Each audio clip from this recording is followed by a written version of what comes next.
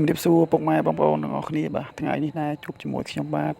ចង់កាត់ប្រហិតទៀតដែរបាទតាក់ទងជាមួយនឹងការតាក់បាទសัตว์អូតបាទឬមួយក៏អូតភ្លើងបាទ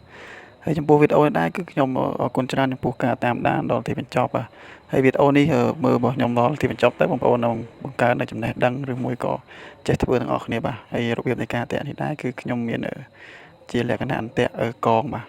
ដែលប្រើជង្គកងបងប្អូនអរគ្នាបើបងប្អូនចង់ចេះធ្វើបងប្អូនអាច comment នៅខាងក្រោមនេះមកខ្ញុំនឹងបង្ហោះប្រាប់បងប្អូនអរគ្នាពីរបៀបនៃការធ្វើអន្ទាក់ជង្គនេះបាទហើយប្រភេទ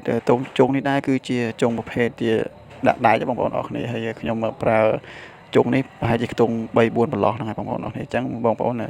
ចូលតាមដាននៅទស្សនាទាំងអស់គ្នាទៅហ្នឹងហើយអញ្ចឹងអូខេតោះយើងទៅតាមដានបងប្អូននៅការតាក់សัตว์អូតនេះបាទអរគុណច្រើនតោះ